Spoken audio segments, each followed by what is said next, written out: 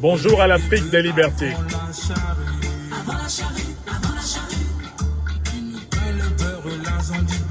Excellent mardi 25 janvier à toutes les Africaines, à tous les Africains, à tous les amis européens, américains, asiatiques de l'Afrique des libertés. L'Afrique, le continent aux entrées sans visa pour les armées occidentales. Le cas du Danemark au Mali. Quel est le sujet de la première conversation citoyenne que je vous propose? D'abord ici en exclusivité sur Facebook Franklin Nyamsiwa Cameroun et qui sera rediffusé plus tard sur YouTube Franklin Nyamsiwa Cameroun, l'Afrique des libertés. Africaine, Africain, je te salue. Amis asiatiques, amis américains, amis européens des luttes africaines pour la liberté, je te salue.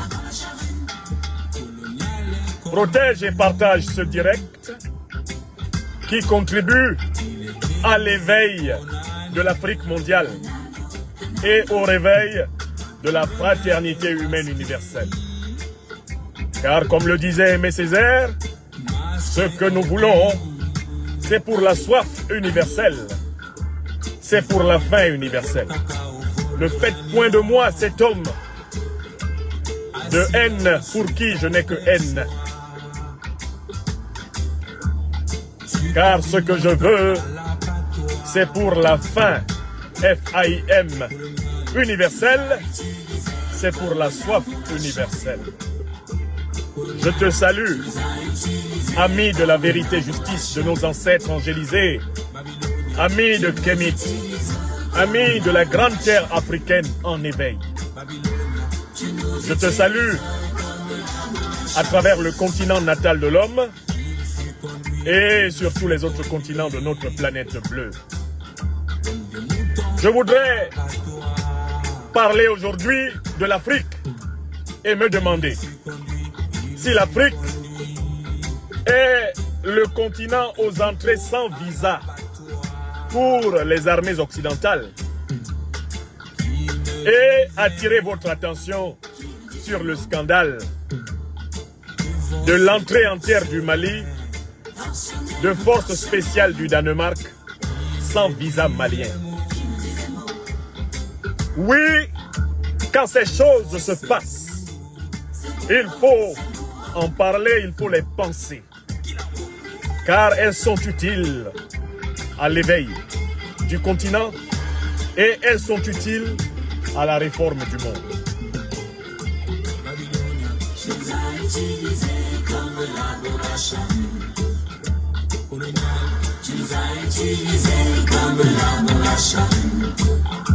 Babylone, tu nous utilises comme la charrue. Babylonia, tu nous utilises comme la charrue. Afrique debout, protégez et partagez votre émission. Protégez et partagez massivement votre émission. Vous êtes bientôt 500 personnes en direct. Nous attendons 500 partages avant d'ouvrir l'examen des matières.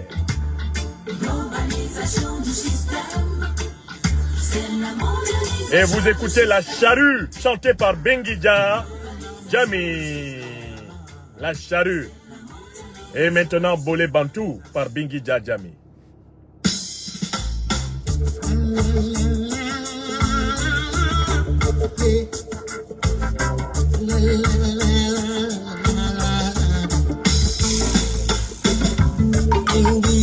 Partagez, protégez. Oh.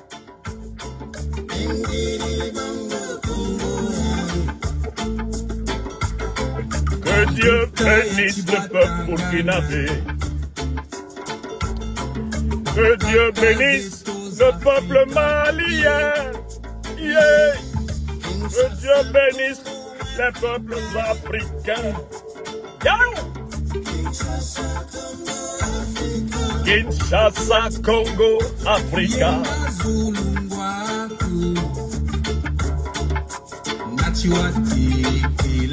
Debout l'Afrique des libertés.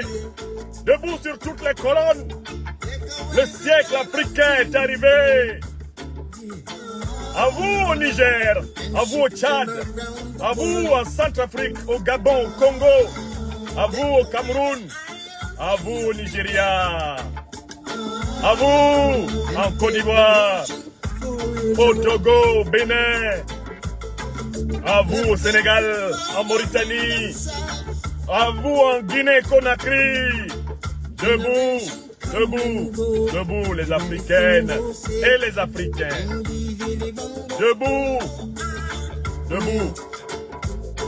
C'est maintenant. Mes chers amis, je vous salue. Nous avons atteint le quorum pour ouvrir nos travaux. La question du jour est la suivante. L'Afrique est-elle le continent aux entrées sans visa pour les armées occidentales? C'est cette question qui me turlupinait. Pratiquement depuis hier, une question qui a trotté même dans mes rêves, se donnant en moi comme le sujet dont je vous entretiendrai premièrement aujourd'hui. Oui, cette question se pose. L'Afrique est-elle le continent aux entrées sans visa pour les armées occidentales, comme l'illustre le scandale de l'entrée en terre africaine du Mali d'un contingent des forces spéciales du Danemark? Dénonciation faite hier, 24 janvier 2022, par le gouvernement légal et légitime du Mali. Mes chers amis, pour répondre à cette question, vous connaissez la méthode de votre serviteur. Nous passerons par 3 moments. Dans un premier moment, je vais rappeler aux uns et aux autres que l'Occident est la partie la plus barricadée du monde. Je vais le démontrer. L'Occident est la partie la plus barricadée du monde. C'est-à-dire la partie du monde où il est le plus difficile à un être humain d'entrer. Il faut qu'on le rappelle dans la première partie. Parce que c'est une démonstration ayant pour but de nourrir l'espace public africain et mondial à travers le scandale de l'intrusion de forces spéciales danoises sur le sol malien, sans l'autorisation de l'État malien. Cela se passe sous nos yeux. Et les soi-disant chefs d'État des pays africains se taisent et laissent le Mali se défendre tout seul. La soi-disant CEDEAO, la soi-disant Union africaine se tait. Elles se taisent, cette pseudo-organisation, pendant qu'on viole le droit souverain des Africains à disposer du contrôle des entrées et des sorties de leur territoire historique multimillénaire. Donc on commencera par rappeler la stratégie systématiquement anti-migratoire de l'Occident. Et en même temps le paradoxe de l'invasion du reste du monde par le négrisme, le colonialisme et le néocolonialisme, l'impérialisme occidental. On va souligner ce paradoxe dans la première partie. Voici des gens qui n'aiment pas qu'on vienne chez eux. Voici des gens qui se sont organisés pour aller massacrer les autres chez eux pendant des siècles. Et qui ne veulent toujours pas comprendre que cela doit changer. Deuxième partie, nous allons nous intéresser au scandale du débarquement d'un contingent de forces spéciales au Danemark. Nous donnerons la parole aux autorités maliennes qui vont elles-mêmes nous expliquer ce qui vient de leur arriver. Et dans la troisième et dernière partie de cette émission, je vais m'interroger sur les leçons à tirer. 1. Du déséquilibre migratoire et stratégique entre l'Occident et l'Afrique. Et je vais m'interroger sur les conséquences de la violation, la énième violation du territoire malien par des forces étrangères sous nos yeux. Car en réalité, la violation de l'espace malien, comme on va le comprendre, par les forces danoises, a été favorisée par le prétendu droit international. On a masqué cela dans le cadre de la mission des Nations Unies au Mali. On a enrobé cela du manteau mensonger d'un droit international qui en réalité n'est rien d'autre que l'état du rapport de force entre les puissances. Et il faut comprendre donc le processus par lequel, de façon encagoulée, ces forces sont entrées dans le territoire malien. Et c'est en déconstruisant tout ce processus qu'on apporte une réponse efficace à cette situation. Ce n'est pas en réagissant au niveau simplement du principe.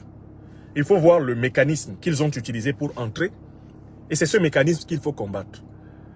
Et ce sera ma contribution à la réaction du gouvernement panafricain du Mali que je salue. Ma contribution en troisième partie sera de leur dire il faut aller au fond du problème. Il ne faut pas traiter les problèmes, ce problème-là, à la surface. Le fond du problème, c'est le mécanisme qui a permis à ces gens d'entrer sous cap dans le sol malien. C'est ce mécanisme qu'il faut démanteler. Et vous avez bien fait de commencer à pointer le fond du problème quand vous avez demandé la révision des accords de défense avec l'ancienne puissance coloniale, la France, et quand vous avez opposé devant les Nations Unies votre fin de non-recevoir à l'envoi sur votre sol de troupes sans votre accord préalable. Ce qui me rappelle exactement un épisode similaire en République centrafricaine. Ça, on en parle dans la troisième et dernière partie de cette émission. Voilà la table des matières. Si cette table des matières te concerne, africaine, amis européens, amis asiatiques, amis américains, je te confie cette émission. C'est toi qui la protèges par tes likes, c'est toi qui la protèges par tes partages. C'est toi qui te fais ainsi, non pas spectateur, mais acteur de la révolution spirituelle, de la révolution citoyenne, de la révolution démocratique, la révolution matocratique africaine.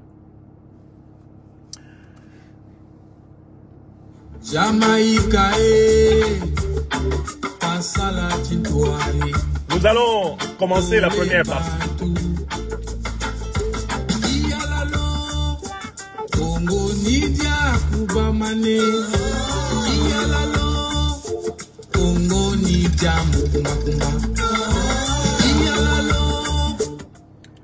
Commençons par la première partie. L'Occident, la partie la plus barricadée du monde. Mes chers amis internautes citoyens, quelle que soit la partie du monde dans laquelle vous vivez, vous savez très bien que l'Occident en général, c'est-à-dire l'Europe, les États-Unis, l'Australie, les pays occidentaux en général, ont les politiques migratoires les plus restrictives du monde entier. Lorsque vous allez par exemple à travers l'Afrique et que vous visitez les ambassades et les consulats des pays étrangers à travers l'Afrique, vous remarquerez un phénomène incontestable. Les ambassades et les consulats devant lesquels les files d'attente sont les plus longues, ce sont les ambassades et les consulats des grandes puissances et des pays occidentaux.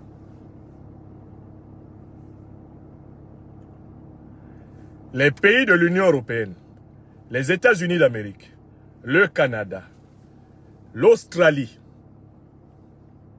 tous les pays, la Nouvelle-Zélande, tous les pays de la Terre qui sont des pays dominés par les Occidentaux sont les pays qui ont les politiques de visa et les politiques d'immigration les plus restrictives. La liste des pièces demandées à un être humain pour entrer en Occident est telle que nous pouvons affirmer, sans risque de nous tromper, ceci. Il est plus facile à un oiseau d'entrer en Occident qu'à un être humain. Je recommence. Parce que les oiseaux, ils font leur migration dans le ciel, donc on ne peut pas les empêcher de passer. Un oiseau peut entrer plus facilement en Occident qu'un être humain. Un animal sauvage qui vit sur le continent eurasiatique peut entrer plus facilement en Occident qu'un être humain. Imaginons que vous soyez un cerf et que vous soyez un cerf qui vit actuellement en Turquie. Bon, vous pouvez, à travers la forêt, réussir à entrer en Occident plus facilement qu'un être humain. Je vous fais une troisième remarque. L'Occident pratique une immigration sélective à ses portes. Quand il admet des personnes sur son sol, ce sont des personnes qui doivent bien souvent d'abord remplir des conditions économiques. Ces personnes doivent bien souvent donner la preuve qu'elles ne sont pas dans le besoin. C'est-à-dire qu'elles font entrer des richesses en Occident. Ces personnes doivent remplir bien souvent des conditions intellectuelles. C'est-à-dire qu'elles doivent donner la preuve à l'Occident qu'elles apportent leur matière grise à l'Occident. La matière grise, qui est une richesse immense. L'une des conditions pour entrer en Occident, c'est d'avoir de la matière grise. C'est-à-dire déjà un haut niveau d'éducation, un haut niveau de culture. Ce qui veut dire que l'Occident n'admet que ceux qui l'enrichissent. Financièrement, il n'admet prioritairement que ceux qui l'enrichissent intellectuellement et spirituellement. Et la proportion de ceux qui sont admis en Occident, pour des raisons humanitaires, est insignifiante par rapport à celle de ceux qui sont admis parce qu'ils font entrer de l'argent et parce qu'ils font entrer de la connaissance. Écoutez-moi bien. Toute la politique migratoire de l'Occident consiste à prendre du reste du monde l'argent et la connaissance, en rejetant autant que possible les personnes qui n'ont ni l'argent ni la connaissance à lui apporter. On peut donc dire, en utilisant une formule simple du parler ivoirien, le frivoirien, le français ivoirien, en disant l'Occident aime l'argent des gens, l'Occident aime l'intelligence des gens, mais l'Occident n'aime pas les gens. Vous voulez une preuve absolue de ce désamour de la personne humaine qui caractérise la politique migratoire de l'Occident? Cette preuve, allez à toutes les frontières de l'Occident et vous allez voir la misère humaine. La misère humaine absolue se trouve aux frontières de l'Occident. Allez regarder ce qui se passe dans la mer Méditerranée, dans la zone qui sépare l'Afrique de l'Europe. Allez regarder ce qui se passe aux frontières turco-occidentales. Allez regarder ce qui se passe dans la Manche, aux portes de l'Angleterre. Et vous découvrirez l'océan de la misère humaine. Des êtres humains considérés comme superflus par l'Occident sont rejetés dans la mer. Ils sont rejetés dans le froid. Ils sont rejetés dans les marges de la vie. Allez à Calais, en France. Et si vous continuez à douter de ce mépris de l'être humain, de cette chosification de l'homme, allez dans ce qu'on appelle les centres de réaccompagnement à l'étranger, qui sont des centres, des camps de concentration d'êtres humains en plein Occident. Là où ceux qui sont considérés comme superflus, parce qu'ils n'ont pas d'argent, et sont considérés comme superflus, parce qu'ils n'apportent pas des connaissances de pointe, sont parqués comme des animaux, saucissonnés, attachés comme du poisson froid, et régulièrement éconduits,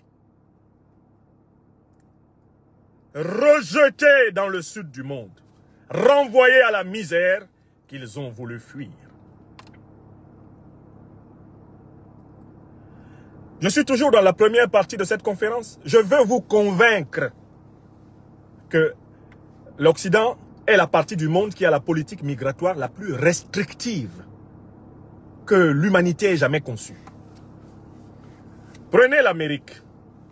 C'est quand même l'un des premiers pays au monde à avoir construit un mur tout au long d'une frontière avec le Mexique. Prenez l'enclave occidentale qu'est Israël au Moyen-Orient. Un pays construit dans des murs.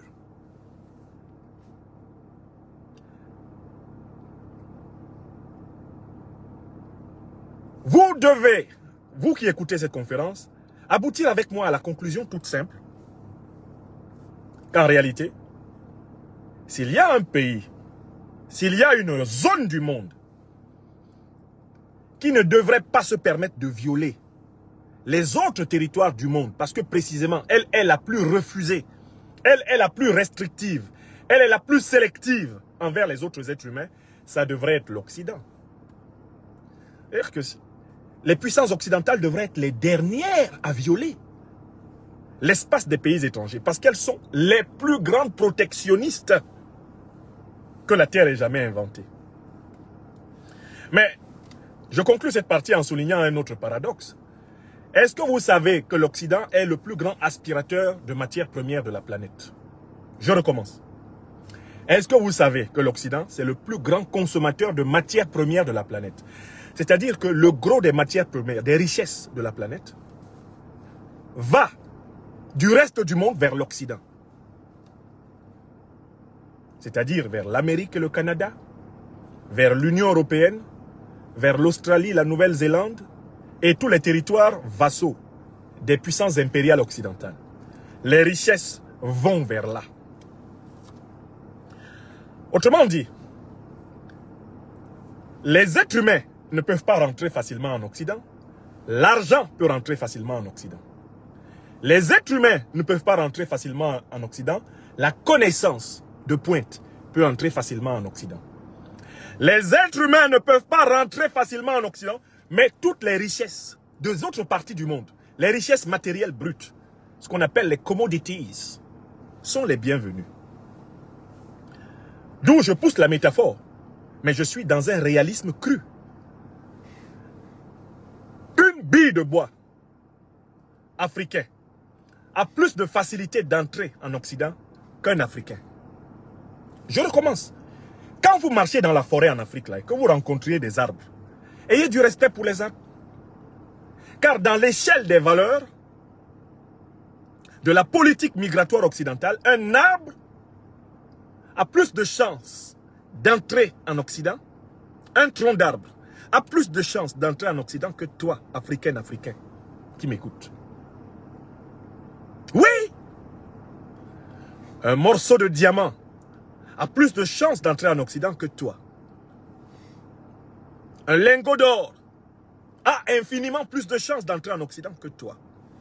Autrement dit, la politique migratoire de l'Occident est basée sur une échelle de valeurs dans laquelle les choses, les marchandises, les richesses de la terre valent plus que les personnes. Or, l'Occident, de l'autre côté, dans ses institutions politiques, sociales et économiques, proclame la philosophie de l'humanisme. Qu'est-ce que c'est que la philosophie de l'humanisme? C'est l'affirmation selon laquelle l'être humain, étant doué de conscience de liberté, a une dignité absolue. Philosophie défendue par un Descartes, défendue par un Emmanuel Kant, selon laquelle les personnes ne peuvent pas être des moyens. Les personnes sont des fins en soi. Les personnes sont des êtres absolus. On ne peut pas faire marchandise des personnes. Selon l'humanisme occidental, qui est au fondement des républiques et même des monarchies constitutionnelles, des démocraties occidentales. Mais ce que l'Afrique a pris du temps à comprendre, et ce qu'il faut bien comprendre, c'est que l'humanisme occidental, tel qu'il est révélé par cette politique migratoire criminelle envers les hommes et complaisante envers les marchandises et les choses, l'humanisme occidental, en réalité, a été pensé exclusivement pour une certaine catégorie d'occidentaux. C'est un humanisme racial. La personne absolue, la personne fait en soi, telle qu'elle est définie par Emmanuel Kant et par René Descartes, telle qu'elle est définie par Emmanuel Mounier, quand il dit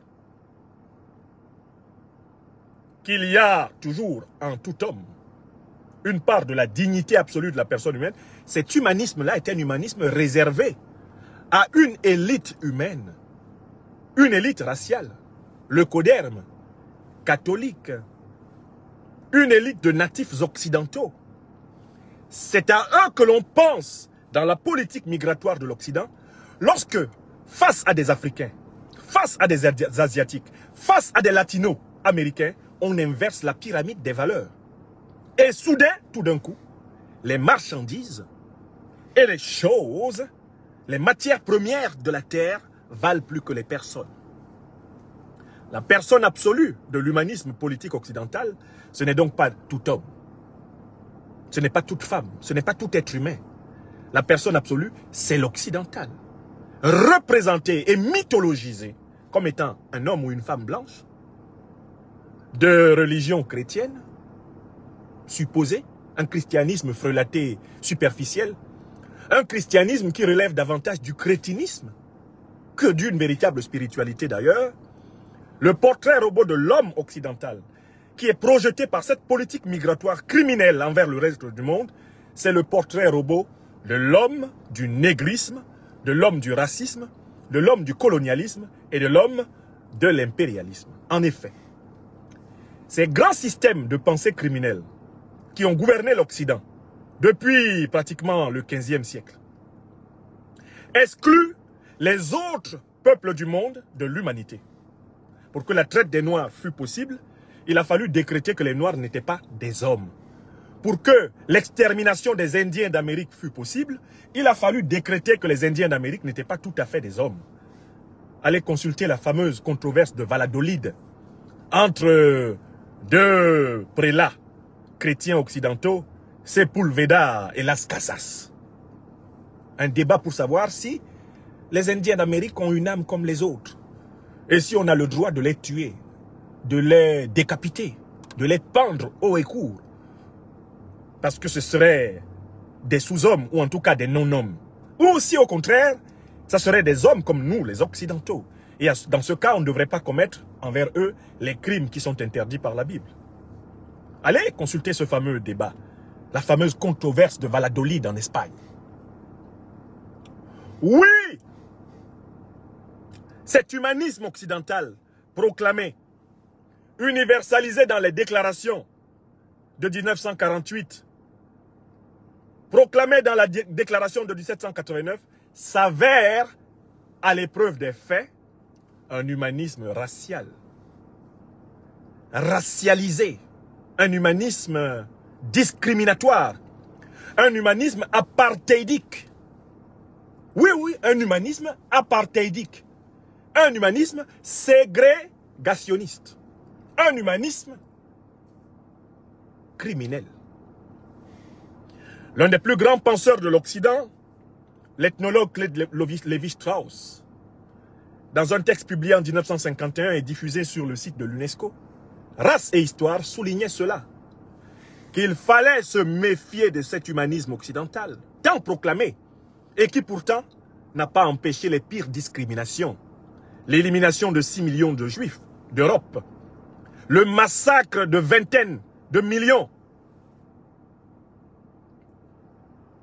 de centaines de millions d'Africains à travers les 5 siècles qui viennent de passer. Lévi-Strauss dit, il faut se méfier de cet humanisme. Et avant de tenter de définir l'homme par des catégories intellectuelles, il faut commencer par se souvenir que ce qui rapproche les hommes, c'est le fait d'abord de reconnaître qu'ils sont tous des êtres sensibles.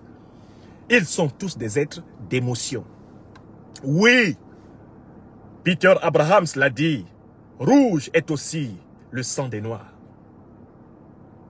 Les Noirs, les jaunes, les rouges, les Arabes sont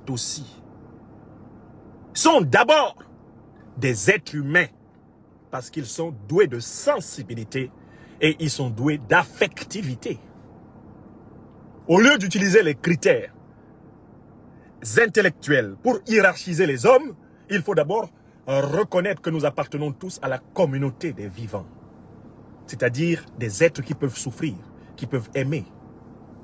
Tant que cette sensibilité, cette affectivité de l'homme ne sera pas intégrée dans la politique sera inhumaine. Mes chers amis, voilà donc la contradiction de l'Occident. La partie du monde qui refuse le plus le monde. La partie du monde qui refoule le plus de monde à ses frontières. La partie du monde qui ségrègue, qui classe, qui multiplie des critères pour obtenir les visas, les cartes de séjour. Qui multiplie des critères pour les regroupements familiaux. Qui multiplie des critères pour l'accès au travail. Qui multiplie des critères pour l'accès à l'espace même, seulement marcher dans la ville. Maintenant, des critères pour entrer au restaurant. Des critères pour entrer au stade. Des critères même pour marcher dans la rue. L'Occident, terre discriminatoire par excellence. Origine par conséquent des grandes guerres mondiales de l'humanité.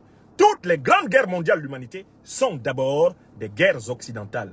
Pourquoi? Parce que le principe de la division, le principe de la classification, de la hiérarchisation, de l'opposition a malheureusement élu long domicile dans cette partie du monde. D'où la nécessité d'aider l'Occident à guérir de son mal.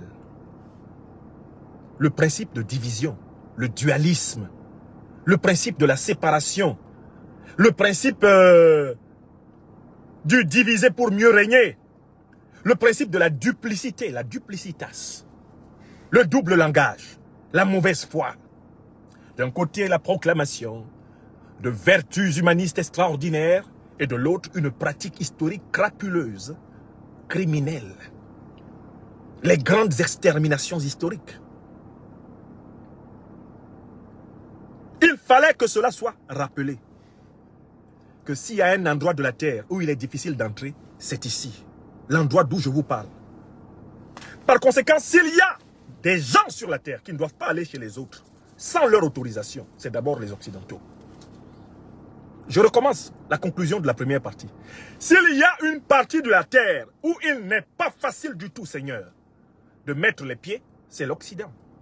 Par conséquent, s'il y a des gens sur cette terre qui doivent prendre toutes les précautions avant de mettre les pieds chez les autres, ce sont les Occidentaux. Car l'un des maîtres de l'Occident, Yehoshua ben Yosef, Jésus-Christ, disait: ne faites point aux autres ce que vous ne voudriez point que les autres vous fassent. Cette règle d'or devrait inspirer la réflexion des autorités occidentales quand elles regardent les affres de leur politique migratoire. Maintenant, préparons-nous à la deuxième partie. Allons étudier un cas concret, un scandale insupportable qui a été révélé hier par les courageuses autorités panafricaines du gouvernement de transition du Mali. À savoir l'entrée sans visa, sans autorisation, non pas de simples citoyens danois. Ça, on pourrait encore considérer cela comme un fait divers. Mais l'entrée sans autorisation du gouvernement malien sur son propre sol de tout un contingent de forces spéciales venues du royaume du Danemark, où on n'entre pas n'importe comment. Eux, ils entrent n'importe comment chez les gens, les Danois. Alors que vous pouvez aller sur le site de leurs ambassades, prendre la liste de ce qu'il faut remplir pour entrer au Danemark. Wallahi billahi talahi. Oui, job. Un bougie. Zappa baba. Tu te lèves, tu dis que tu vas aller au Danemark. Tu commences aujourd'hui. Peut-être que même dans 3 ans, ton dossier ne sera pas encore fini pour entrer au Danemark. Mais ce sont eux-là qui se sont levés. Ce n'est même pas des civils qu'ils ont envoyés, sans permission des autorités maliennes. Mais ils ont envoyé un contingent de forces spéciales, des gens armés, pour entrer dans le pays des gens, sans l'autorisation des gens. Alors nous allons commencer dans cette deuxième partie par donner la parole aux autorités maliennes. Parce que la speakerine de l'office de la radio-télévision malienne le dit mieux que moi, en lisant in extenso la pensée, la parole du courageux gouvernement du président Assimi Goïta et du premier ministre Shogel Kokala Maïga.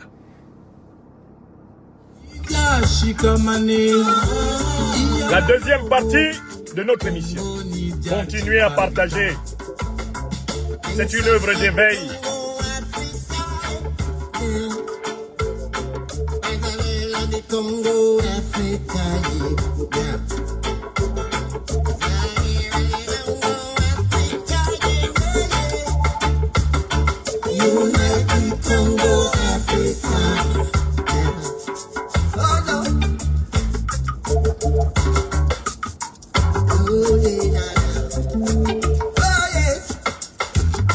Merci. Deuxième partie. Scandale. Intrusion d'un contingent des forces spéciales du Danemark dans le territoire malien, sans l'autorisation de l'État malien. Scandale absolu. Toutes les Africaines et tous les Africains devraient être sur les comptes réseaux sociaux en train de demander au Danemark de dégager immédiatement ces intrus du sol africain. Tous et chacune d'entre nous, nous devons prendre notre responsabilité d'éveiller et de relayer les messages forts des gouvernements panafricains africains.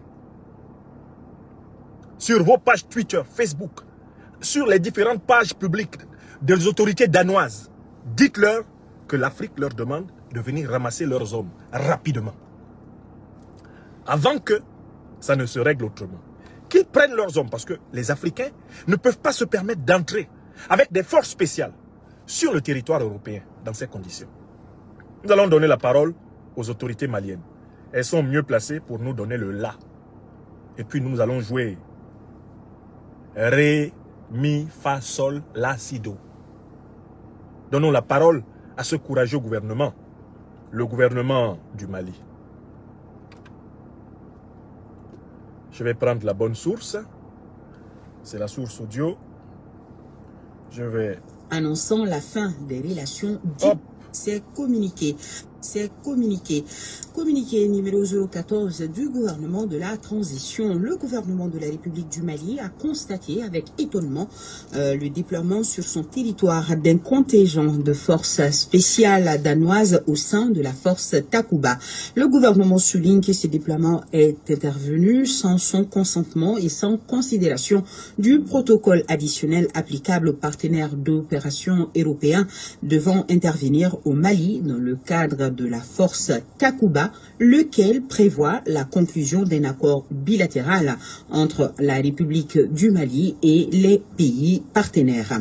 Par conséquent, sans préjudice des relations d'amitié et de coopération fructueuses entre la République du Mali et le Royaume de Danemark, le gouvernement de la République du Mali invite la partie danoise à retirer immédiatement le dit contingent du territoire de la République du Mali. Le gouvernement, tout en exprimant sa gratitude et ses remerciements à tous ses partenaires intervenants dans le cadre de la lutte contre le terrorisme, leur rappelle la nécessité de l'obtention préalable de l'accord des autorités maliennes avant tout déploiement au Mali. Et ce tout communiqué, Voilà. Vous avez écouté le communiqué. Un contingent spécial danois quitte le Danemark, entre au Mali, sans que le gouvernement malien ne soit au courant. Il y a un protocole qui veut que tous ceux qui viennent dans le cadre des missions internationales autorisées par les accords qui lient le Mali à l'Organisation des Nations Unies ou à l'Union Européenne ou à la France, tout cela, avant de mettre les pieds au Mali, font proposition des bataillons qu'ils veulent envoyer pour contribuer, comme ils le prétendent, à la lutte antiterroriste. Le Mali examine le contenu de l'offre d'assistance et le Mali peut, premier cas, valider cette offre d'assistance, deuxième cas, l'invalider et préciser les conditions dans lesquelles il pourrait en accepter une. Tout cela est marqué dans les textes. L'ONU ne peut pas envoyer de nouveaux soldats au Mali sans l'accord des autorités maliennes. Parce que le Mali est toujours un État souverain, il n'est pas sous la tutelle de l'ONU. On ne sort pas et on n'entre pas du Mali comme de la cour du roi Péto. Le Mali n'est pas une pétaudière. Et ce n'est pas un hôtel ouvert aux 4 vents. Tu entres par-ci, tu sors par là. Tu entres par la fenêtre, tu sors par la porte. Tu entres par la cuisine, tu sors par le salon. Le Mali, ce n'est plus ça. Le Mali marche-pied, le Mali serpillère, le Mali torchon n'existe plus. Ce qui existe, c'est un gouvernement panafricain, un gouvernement souverainiste, un gouvernement amoureux de son peuple, un gouvernement soucieux de rétablir la pleine autorité de l'État malien sur la totalité de son territoire. Les Danois ont constitué un bataillon spécial et ils sont venus, dans le cadre de la force européenne dite Takuba, mettre les pieds au Mali sans jamais s'être présentés au préalable pour obtenir le satisfecit, le visa des autorités maliennes. Bon, ça c'est un fait très grave, c'est un acte de guerre. Maintenant, je viens à l'appréciation, c'est un acte de guerre. C'est un acte de guerre. Quand on envoie un contingent de forces spéciales dans le terrain de quelqu'un, dans le pays de quelqu'un, sans son accord, c'est un acte de guerre. Deuxièmement, c'est un acte de mépris envers les normes consulaires reconnues par le droit international. Le droit international consulaire et diplomatique interdit à quelque pays que ce soit d'introduire des forces armées dans le territoire d'un autre sans son accord et sans qu'il n'y ait eu un accord bilatéral le lui permettant. Le Danemark viole le droit onusien. Le Danemark viole le droit européen. Le Danemark viole le droit international africain. Le Danemark viole le droit souverain malien. Il viole les attributs essentiels de l'État du Mali, notamment l'attribut de souveraineté. Le Danemark, par là, porte atteinte à la dignité du peuple malien. Je recommence. Violation du droit onusien. Violation du droit européen. Parce que ici en Europe, les Danois ne peuvent pas envoyer un contingent de forces spéciales. Même à l'intérieur de l'Europe, les Danois ne peuvent pas déplacer un contingent de forces spéciales sans l'autorisation d'un autre pays européen. Alors qu'ils sont membres de l'Union européenne. Ils ne peuvent pas déplacer à l'intérieur de l'Union européenne le même contingent de forces spéciales. Violation du droit africain. Ils sont venus en territoire africain sans l'autorisation des institutions compétentes africaines. Et plus grave, violation concrète du droit constitutionnel malien et notamment de la souveraineté territoriale du Mali. C'est un acte de guerre. Et les Africaines et les Africains cultivés et qui sont à travers l'Europe, qui sont à travers l'Amérique, qui sont à travers le monde, doivent le dire aux Danois. Vous êtes coupables d'un acte de guerre contre le peuple africain, contre le peuple malien. Nous vous demandons immédiatement de cesser, parce que ça fait partie du plan de guerre contre le peuple malien, du plan de guerre contre le gouvernement de transition du Mali. Ils sont en train de prépositionner des troupes pour déstabiliser le gouvernement de transition d'Assimi Goïta et de Choguel Kokala Maïga et ramener le Mali au point de départ. Il s'agit là de prépositionnement de troupes hostiles. Ça ne doit pas être analysé autrement. Il s'agit là de prépositionnement de troupes hostiles au peuple malien, à son gouvernement souverain. C'est de cela qu'il est question.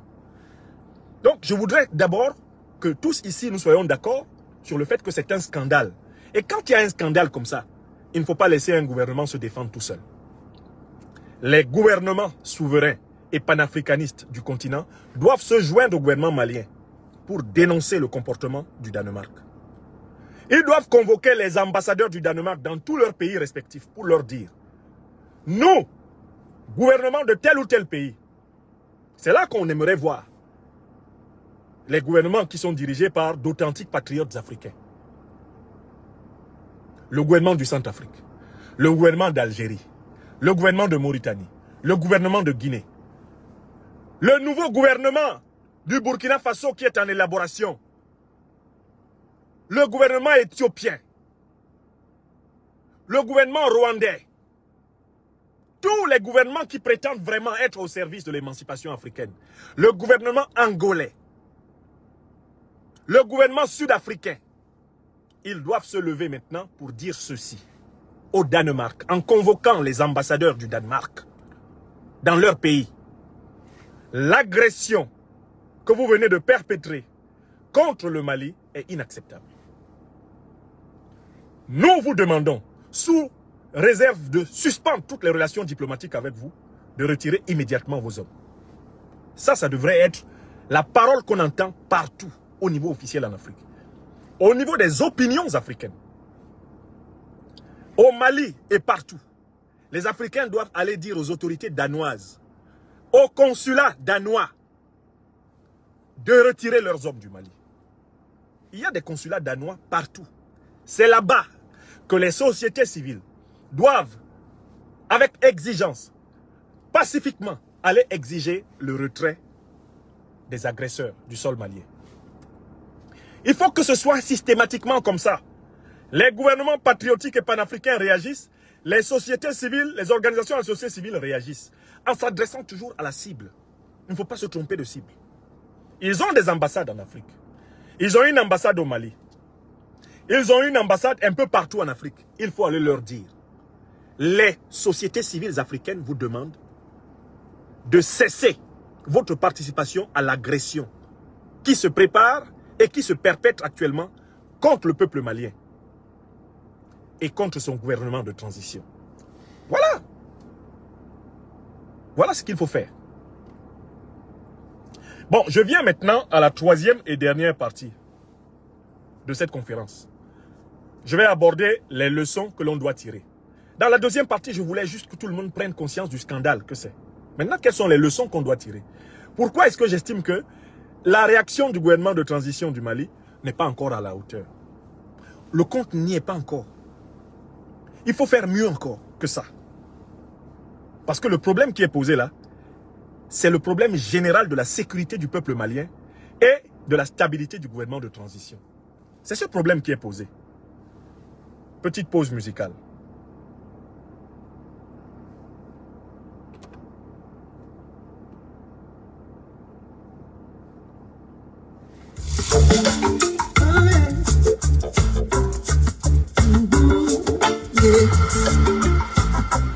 Oh yeah.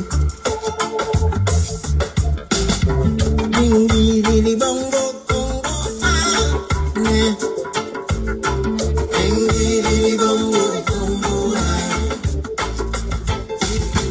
Dingy diddy bongo shanty ah yeah. Dingy diddy bongo shanty ah.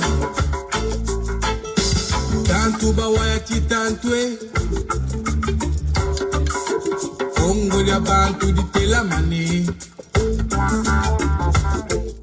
Voilà, merci à tous. Dernière partie de cette émission, je voudrais vous parler des leçons qu'il faut tirer de ce déséquilibre, de cette asymétrie et de ce scandale. D'abord, la première leçon porte sur le déséquilibre migratoire entre l'Afrique et l'Occident. Comment on peut résoudre ce problème? On a bien expliqué que l'Occident est organisé pour que le moins d'Africains possible entrent en Europe, mais que le plus de richesses africaines possibles entrent en Europe et le plus de connaissances africaines possibles entrent en Europe. L'Occident est tout à fait preneur de l'argent de l'Afrique et il est tout à fait preneur de la matière grise africaine. N'est-ce pas? Ok. Comment on peut faire face à cela? Bon, écoutez, il faut mettre fin aux monopoles économiques de l'Occident sur les affaires économiques africaines. Je recommence. Première leçon. Si on veut amener les Occidentaux là, à changer leur politique migratoire et à comprendre que l'humanisme ne peut pas se faire dans l'exclusion de l'humanité, de ceux grâce auxquels vous vous enrichissez. Il y a un impératif fondamental en Afrique. Briser le monopole des multinationales occidentales sur les économies africaines. Écrivez ça. Tous les pays africains dans lesquels les multinationales occidentales ont le monopole ont un devoir. Mettre fin à ce monopole. Enlever le monopole aux entreprises occidentales et donner le monopole aux entreprises africaines. On a aujourd'hui dans tous les secteurs économiques des grands entrepreneurs africains. Et on a des réserves en richesse qui peuvent permettre de bancariser et de donner du crédit aux grands entrepreneurs africains pour qu'ils fondent des grandes multinationales déjà continentales africaines. Donc il y a une priorité là. Au lieu de vous attaquer aux problèmes migratoires par des incantations et par des critiques morales dont l'Occident se fout comme de l'an 40, il faut s'attaquer aux problèmes migratoires par un changement structurel de la relation économique. Autrement dit, Vous avez le monopole de Bolloré. Sur tous les ports, les aéroports africains, on lui enlève tout ça. On doit lui enlever le monopole. On doit enlever le monopole. On doit enlever le monopole des banques françaises dans les économies d'Afrique francophone. C'est-à-dire que voilà, Société Générale, BNP, on enlève. On leur dit, vous n'avez plus droit à ces parts de marché. On doit enlever.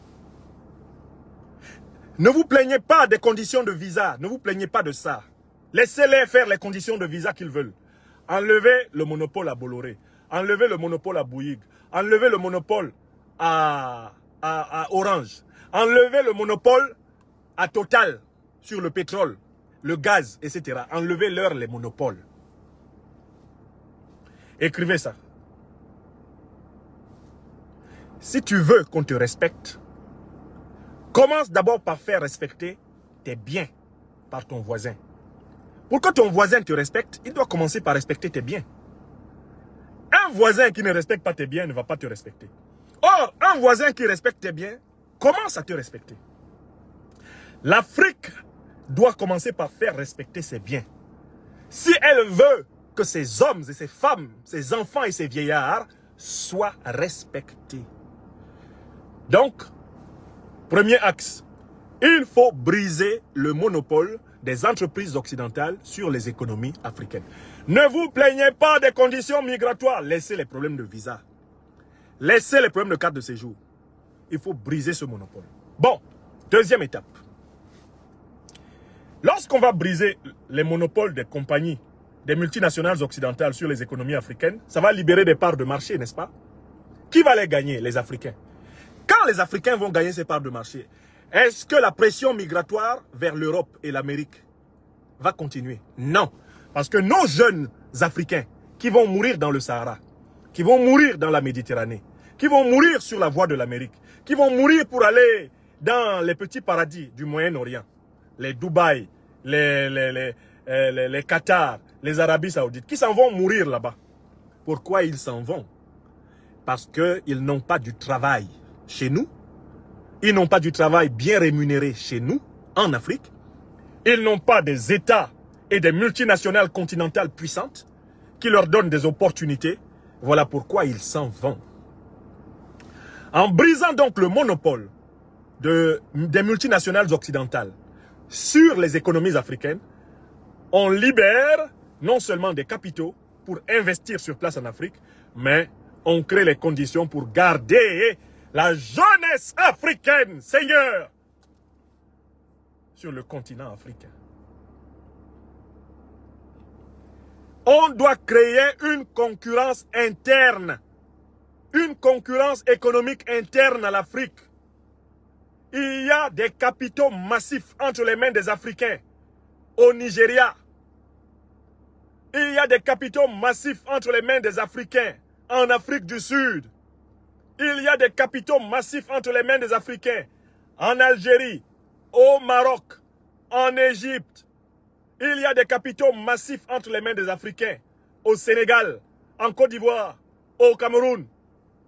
Et l'Afrique possède un potentiel en commodité, c'est-à-dire en matières premières telles que le travail ne manquera jamais aux Africains. Donc, on doit porter le fer sur les monopoles, casser les monopoles. 2, avec les ressources récupérées de ces monopoles cassés, former, éduquer, employer prioritairement la jeunesse africaine sur place. 2. Et de 3, ceci permettra de financer encore plus efficacement les systèmes de défense et de sécurité et de financer le projet d'intégration africaine. Intégration par les routes et les ponts entre les pays africains, par les voies ferrées entre les pays africains, par la connexion des marchés intérieurs africains, intégration par la construction de structures politiques authentiquement démocratiques, la mise en commun des moyens de défense, et par la construction parachevée de la grande fédération d'Afrique subsaharienne, les États-Unis d'Afrique. il faut commencer par casser les monopoles. On n'a pas d'autre solution pour faire face à cette politique migratoire unilatérale, à cette politique migratoire injuste, discriminatoire. Il faut leur enlever ce qu'ils prennent aux Africains et leur rendre aux Africains et leur laisser toute l'attitude de faire les règles de visa qu'ils veulent pour l'entrée en Occident. Car en fait, les règles de visa restrictives s'effondreront faute de candidats. Oui, je rêve d'un grand jour où il n'y aura pas de fil, il n'y aura pas de bousculade devant les ambassades occidentales en Afrique. Les Africains n'auront pas le temps de venir en Occident. Quand cela commencera à arriver, eux-mêmes vont prendre la liste de leurs critères d'entrée en Occident et ils vont la rétrécir, ils vont la rabougrir comme peau de chagrin. À un moment donné, il n'y aura même plus de liste. Il n'y aura même plus de critères. Car lorsque les Africains jouiront pleinement de la prospérité potentielle de leur continent, puisqu'ils seront les hommes et les femmes les plus riches de la terre, on les suppliera de venir en Occident. Oui, comme aujourd'hui, le tourisme chinois est caressé, par exemple, par la France. J'espère que vous savez que les touristes chinois, aujourd'hui, rapportent des devises étrangères extraordinaires à la France. De telle façon que l'une des lignes sur laquelle la France joue pour renforcer ses gains de devises étrangères, c'est le tourisme ouvert sur les Chinois. Les Chinois riches, les milliardaires chinois, le tourisme ouvert sur les Qataris. Vous avez vu comment on a donné le Paris Saint-Germain au Qatar? Le Qatar possède le plus grand club français. Il entre et sort de France à volonté. Qui peut faire des conditions de visa aux milliardaires du Qatar quand ils viennent en France? Qui peut faire des conditions de visa à la noblesse financière qatari quand elle débarque en France? Personne. On est même prêt à leur brader, ici en France, des parts entières même de l'économie régalienne de la France. C'est cette inversion qu'il faut. C'est parce que les Qataris, les Saoudiens, sont les maîtres prioritaires des richesses de leur sous-continent. C'est parce que ce sont eux qui monopolisent d'abord leurs richesses. C'est parce que les Saoudiens et les Qataris sont les premiers à avoir du travail en Arabie Saoudite, au Qatar. Les Émiratis sont les premiers à avoir du travail aux Émirats Arabes Unis. C'est parce que la jeunesse émirati, saoudienne, qatari n'est pas au chômage que l'entrée d'un Saoudien, d'un Qatari, d'un Émirati est plus facile en Occident que celle d'un Africain. Donc c'est cela que nous devons faire. Mais pour en venir à la troisième et dernière leçon qu'il faut tirer de cette affaire, moi je voudrais dire au gouvernement malien, le contingent querellé, à savoir le contingent des forces spéciales danoises, il est arrivé dans le cadre de quelle force? Il est arrivé dans le cadre de la force européenne Takuba. Quelle est la puissance qui a mis en place la force européenne Takuba? C'est la puissance française. Avec la bénédiction de qui? De l'Organisation des Nations Unies. N'est-ce pas? Bon. Par conséquent, ça pose le problème suivant. Vous ne pouvez pas demander seulement au contingent danois de rebrousser chemin sans demander à ceux qui ont introduit les Danois ici, au Mali, de plier bagage. Il n'y aura pas de solution à ce problème tant que le gouvernement de transition ne demande pas le retrait pacifique de l'armée française du sol malien. Je recommence et je le dis clairement. Il n'y aura pas de solution au problème de l'infiltration de troupes occidentales étrangères au Mali tant que la puissance qui organise ces infiltrations ne sera pas priée de rentrer pacifiquement en Europe. Oui, gouvernement de transition du Mali, vous pouvez tourner autour du pot. Mon colonel Assimi Goïta, vous pouvez tourner autour du pot comme vous voulez. Les Danois sont venus dans le cadre de la force Takuba. La force Takuba, c'est une force européenne qui a été constituée par la puissance française. C'est la puissance française qui a couvert l'arrivée des Danois sur le sol malien.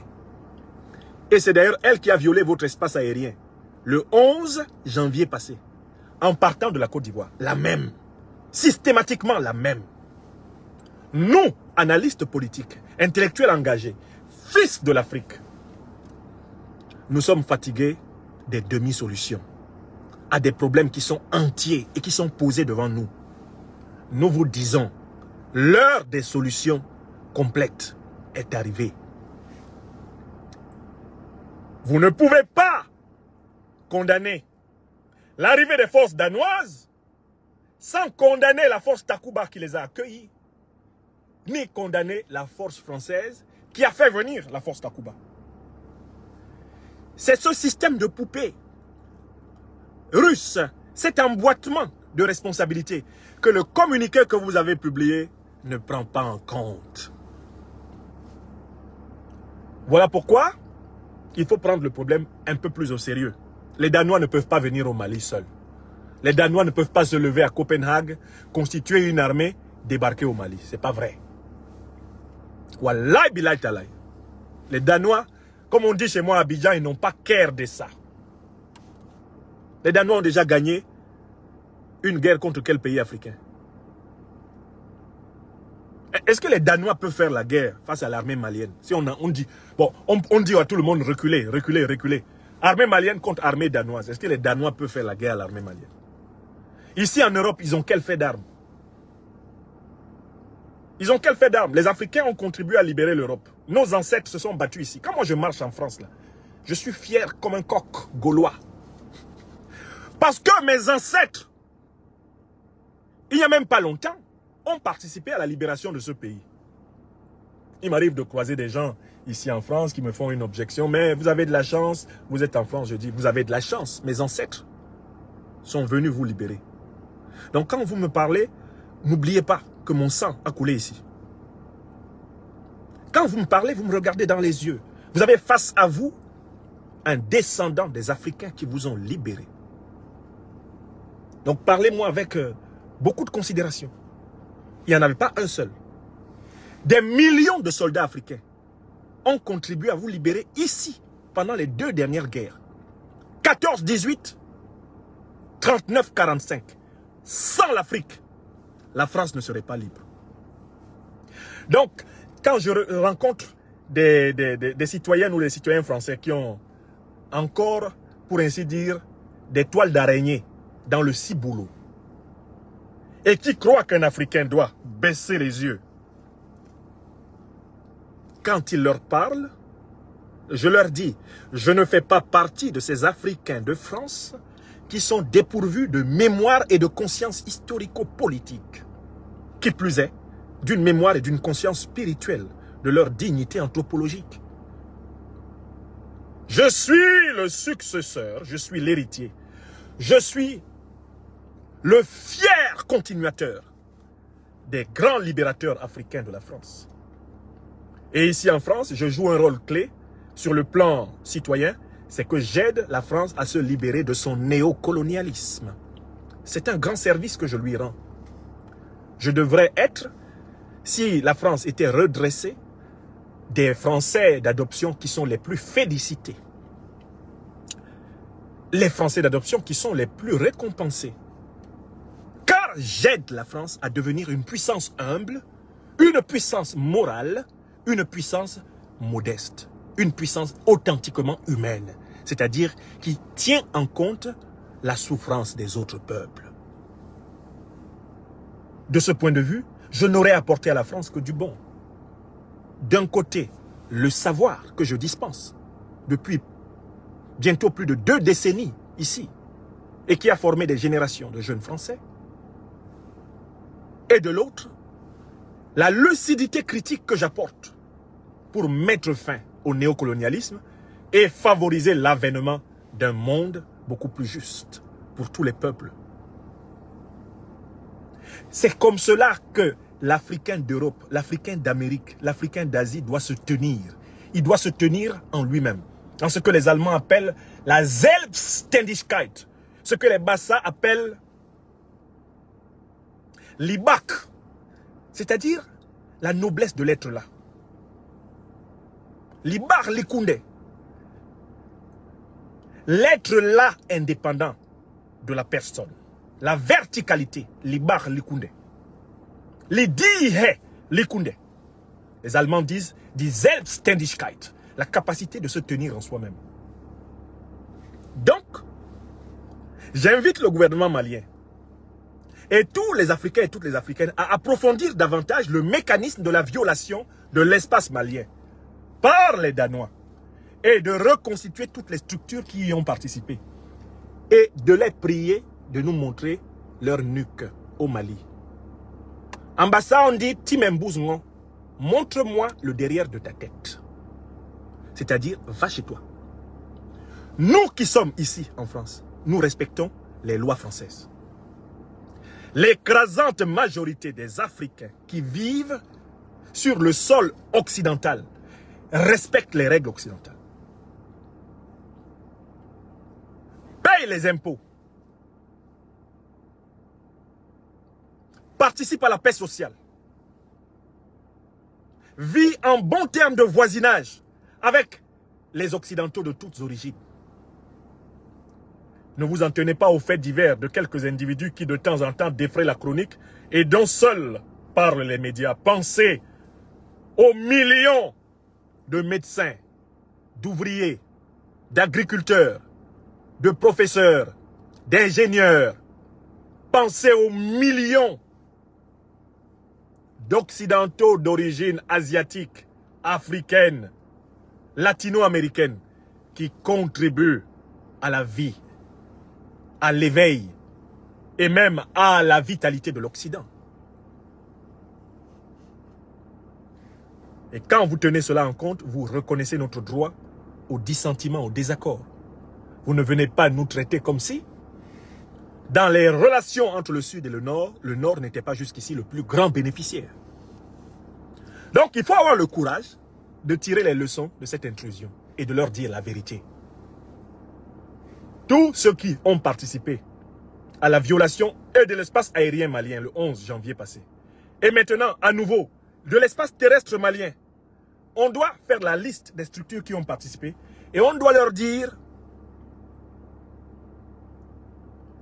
Tinabes mbous ngonan, mbous mingomenan, ni tinabes, donnez-nous le derrière de vos têtes. C'est-à-dire, allez chez vous. Allez chez vous.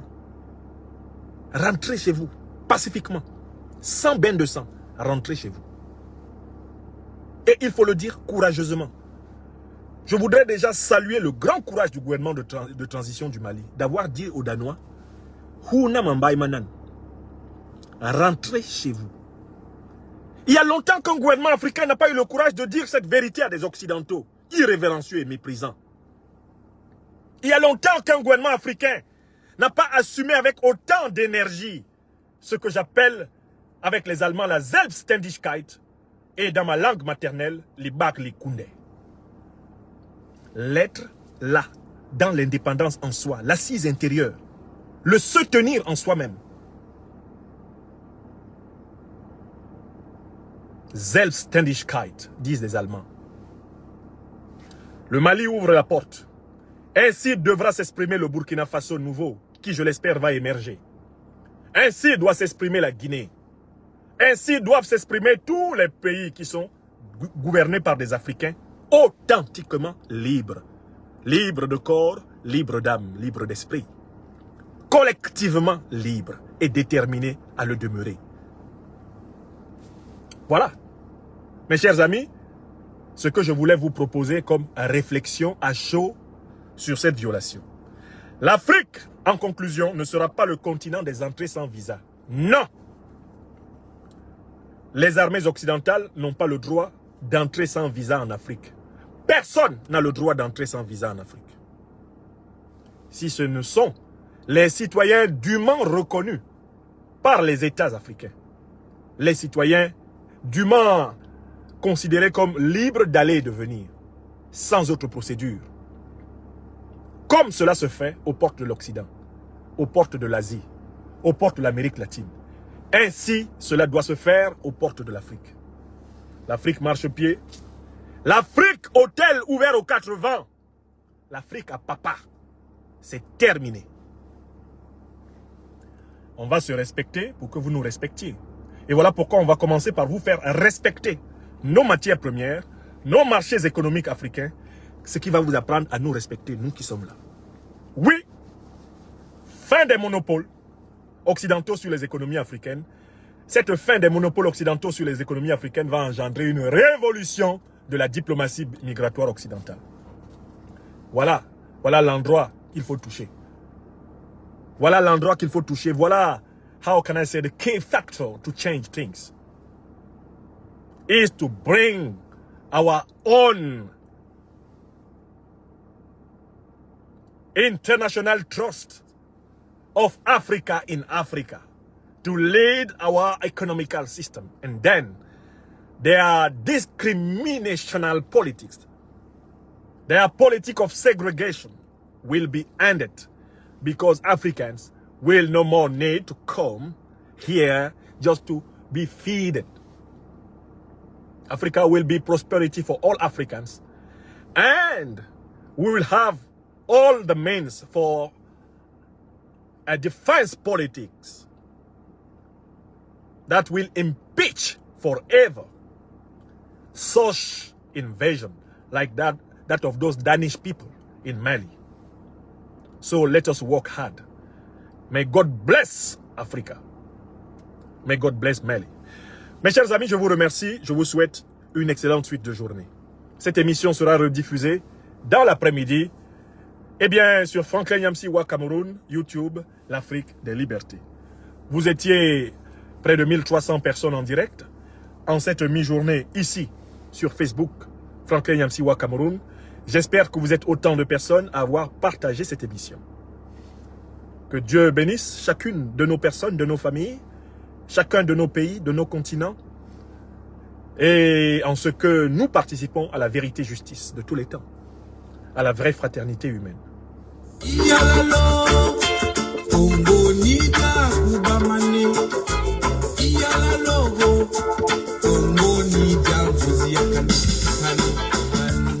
Time to step up and claim your rights. For we need no more to fight.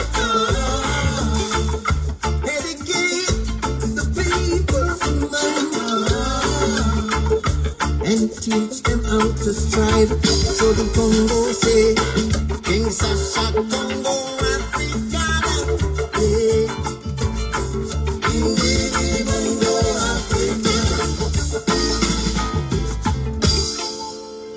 Voilà, je vous ai montré le canevas de la conférence que je vous ai délivrée. Bon courage à tous.